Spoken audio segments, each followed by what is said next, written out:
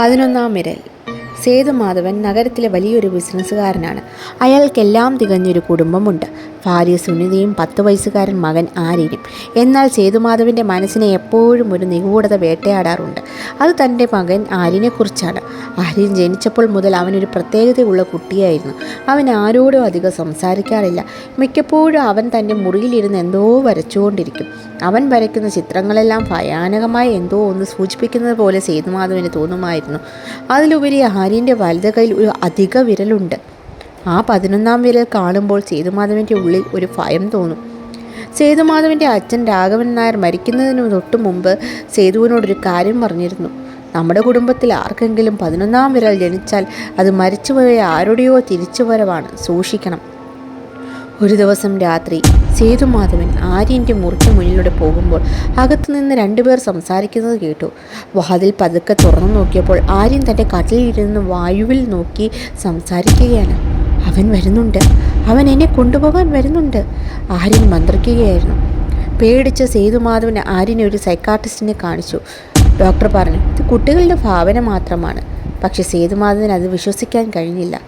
അടുത്ത ദിവസം സേതുമാധവൻ തൻ്റെ തറവാട്ടിലെ പഴയ പെട്ടികൾ പരിശോധിക്കുകയായിരുന്നു. അതിനിടയിൽ അയാൾക്കൊരു പഴയ ബ്ലാക്ക് ആൻഡ് വൈറ്റ് ഫോട്ടോ കിട്ടി. അത് തൻ്റെ അച്ഛൻ്റെയും അച്ഛൻ്റെ അനിയനായ സോമൻ്റെയും ചിത്രമായിരുന്നു. സോമൻ സേതുമാധവൻ ജനിക്കുന്നതിന് മുമ്പ് ഒരു അപകടത്തിൽ മരിച്ചുപോയതാണ്. ഫോട്ടോ സൂക്ഷിച്ചു നോക്കിയ സേതുമാധവൻ ഞെട്ടിപ്പോയി. ഫോട്ടോയിലുള്ള സോമൻ്റെ വലത് കയ്യിൽ 11-ാം വിരലുണ്ട്.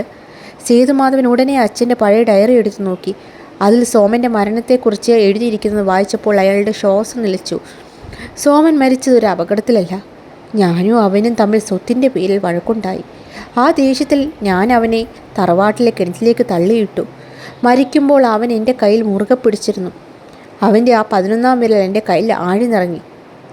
സേതുമാധവൻ കരഞ്ഞുകൊണ്ട് ആര്യൻ്റെ മുറിയിലേക്ക് ഓടി. അവിടെ ആര്യൻ ശാന്തനായി ഇരിക്കുകയായിരുന്നു. ആര്യൻ തൻ്റെ വലത് കൈ ഉയർത്തി ആ 11-ാം വിരൽ സേതുമാധവന് നേരെ ചൂണ്ടി. ആര്യൻ്റെ ശബ്ദം പെട്ടെന്ന് മാറി. അതൊരു 10 വയസ്സുകാരൻ്റെ ശബ്ദമല്ലായിരുന്നു. സേതു, നിന്റെ അച്ഛൻ എന്നെ കൊന്നത് എന്തിനാണെന്ന് നിനക്കറിയാമോ? ആ സ്വത്ത് ഇപ്പോൾ നിന്റെ കയ്യിലാണല്ലോ. എനിക്ക് അതിൻ്റെ വിഹിതം വേണം. സേതുമാധവൻ സ്തംഭിച്ചുപോയി. പക്ഷെ അപ്പോഴാണ് ഏറ്റവും വലിയ ട്വിസ്റ്റ് സംഭവിച്ചത്. ആര്യൻ ചിരിച്ചു. പേടിക്കണ്ട അച്ഛാ, ഞാൻ സോമനൊന്നുമല്ല. അവൻ തൻ്റെ 11-ാം വിരൽ പതുക്കെ ഇളക്കി മാറ്റി. അതൊരു പ്ലാസ്റ്റിക് വിരലായിരുന്നു. അടുക്കളയിൽ നിന്നും ഭാര്യ സുനിത ചിരിച്ചുകൊണ്ട് പുറത്തു വന്നു. സേതു, നിങ്ങൾ ഈ കുടുംബപുരാണവും ശാപവും വിശ്വസിച്ച് ജീവിക്കുന്നത് നിർത്താൻ വേണ്ടിയാണ് ഞങ്ങൾ ഇങ്ങനെ ചെയ്തത്.